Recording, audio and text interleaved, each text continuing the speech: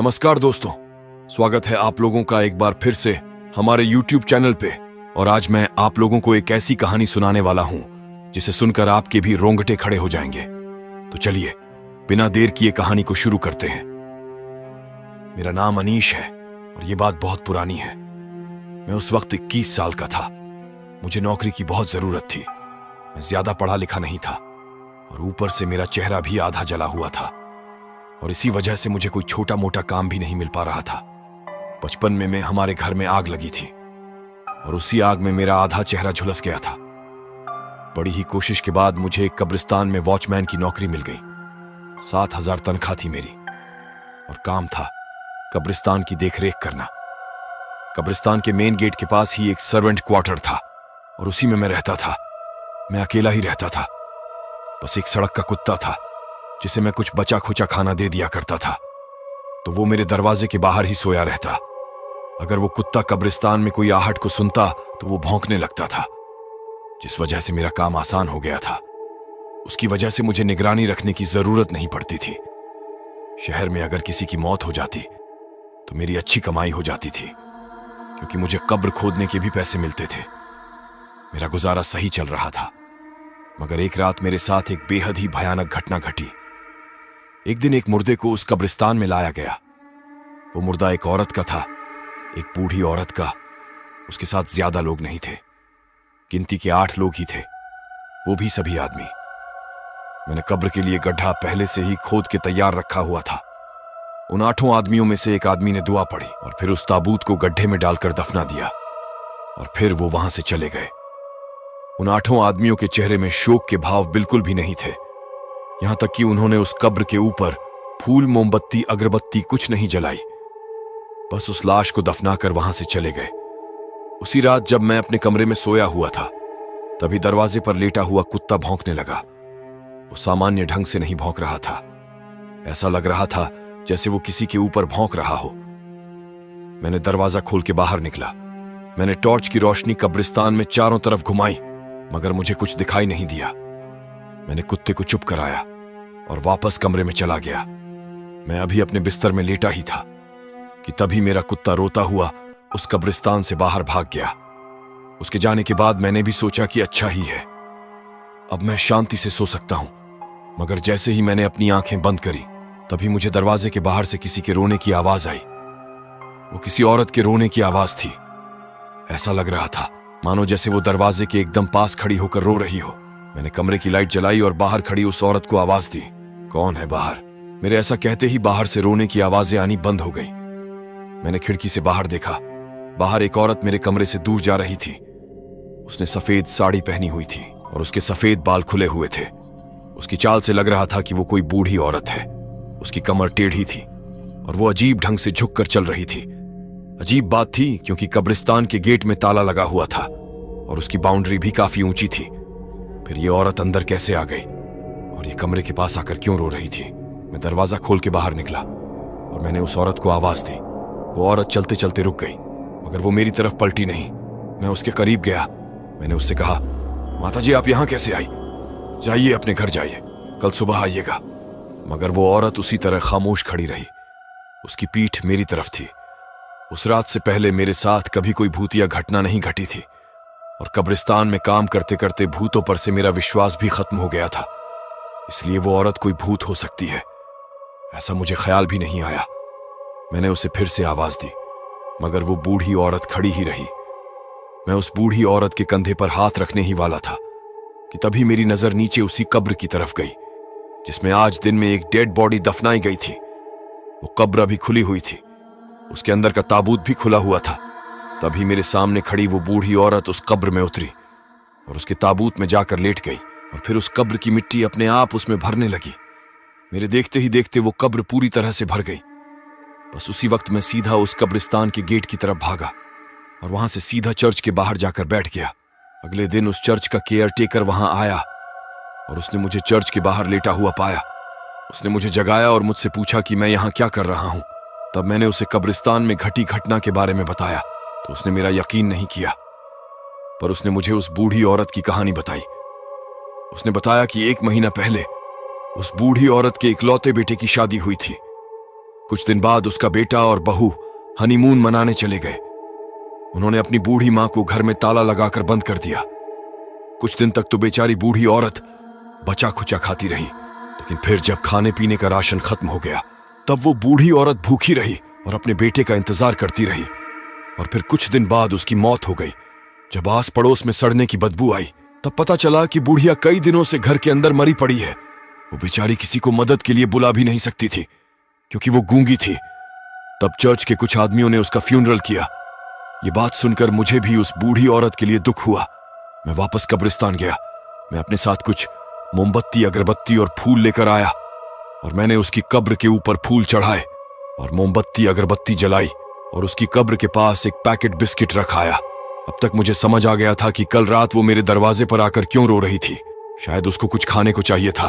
और फिर उस रात के बाद मुझे कभी भी वो बूढ़ी औरत दिखाई नहीं दी।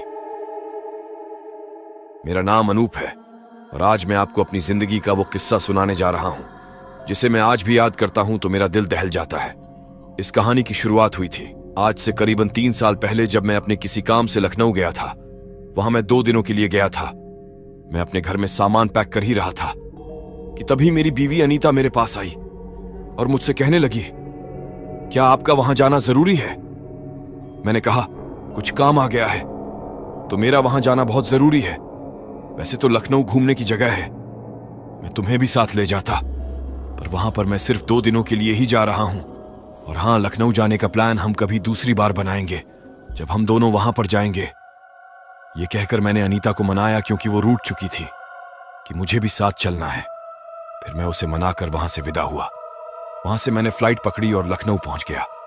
हालांकि लखनऊ से मेरे जो साथी और कर्मचारी थे वो कार लेकर एयरपोर्ट पर आ चुके थे। वहां पर मैं कार में बैठा और उनसे बात करने लगा। मैंने पूछा, ये बताओ काम कैसे चल रहा है? जिस पर उन्होंने बताया, सर काम काफी अच्छा चल रहा है और आपका आना बहुत जरूरी था। हमें काफी खुशी हुई आपके यहां आने से और लगभग अब हमारा आधा काम हो जाएगा, हमें पूरा विश्वास है। मैंने कहा, इसके लिए तो मैं आया हूं। फिर हम दोनों बात करते करते होटल पहुंचे। वहां पर मैंने ब्रेकफास्ट किया और एक मीटिंग की जहां पर सारे साथी कर्मचारी आए थे।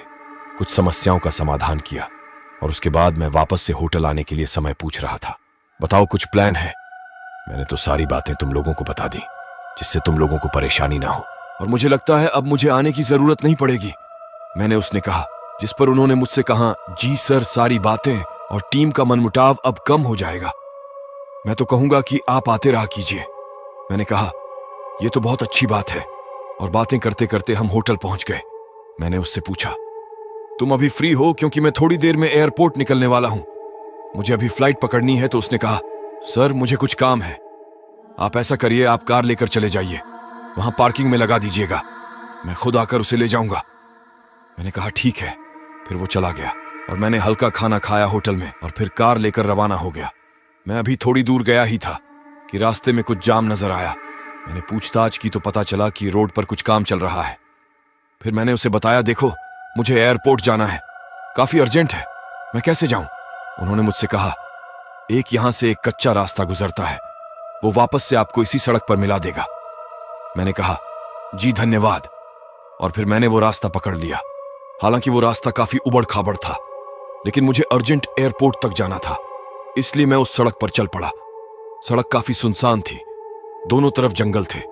अभी कुछ दूरी का ही सफर तय किया होगा कि मुझे रास्ते में एक औरत दिखाई पड़ी जिसने मुझे हाथ देकर इशारा किया।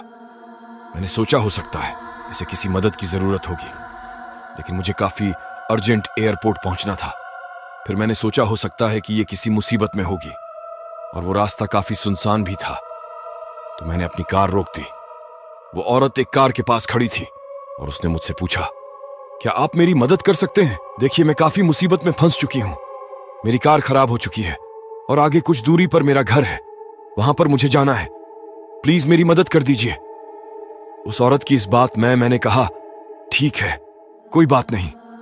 फिर मैंने उससे पूछा, आप अकेली हैं? तो उसने कहा, हां, मैं खुद कार ड्राइव कर रही थी। मुझे पता नहीं था कि गाड़ी के पिछले दोनों टायर पंचर हैं। घर पर फोन तो कर दिया है, वो आते ही होंगे मुझे लेने के लिए और गाड़ी को भी ले जाएंगे। तब तक आप प्लीज मुझे मेरे घर तक छोड़ दीजिए, मुझे यहां सुनसान जंगल में काफी डर लग रहा है।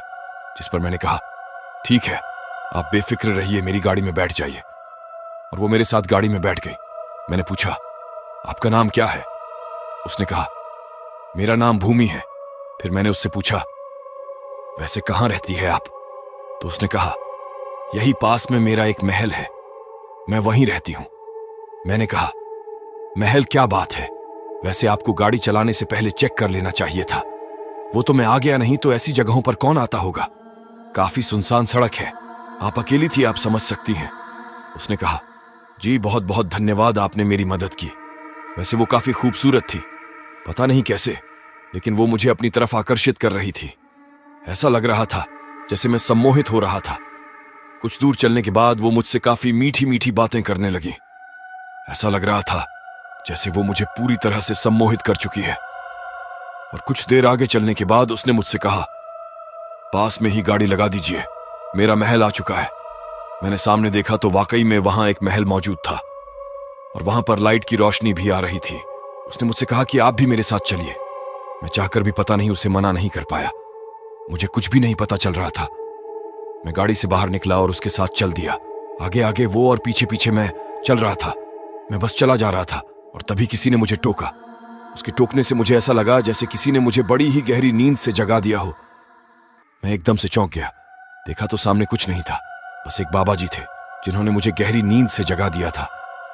मैंने पूछा, मैं यहां कैसे आ गया? तो बाबा जी बोले, तुम एक औरत का पीछा कर रहे थे जो थोड़ी ही देर में तुम्हारी शायद जान ले लेती। मैं काफी डर गया था और ये सुन के अपनी कपकपाती आवाज में मैंने कहा, मैं तो बस उनकी मदद कर रहा था।